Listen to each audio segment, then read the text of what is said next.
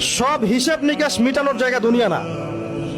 আল্লাহ পাক কিয়ামতের দিন বলে একটা দিন তো রেখেছেন। কে কতটুকু ভালো করলো, কতটুকু মন্দ করলো, কে অন্যায় করেছে, কে ঠিক করেছে, এটা হিসাব আল্লাহ করবেন। সব হিসাব এখানে হবে না। এজন্য মুসলিমরা হতাশ হয়ে যায়। এই দুনিয়াটা শুধু পরীক্ষা ক্ষেত্র।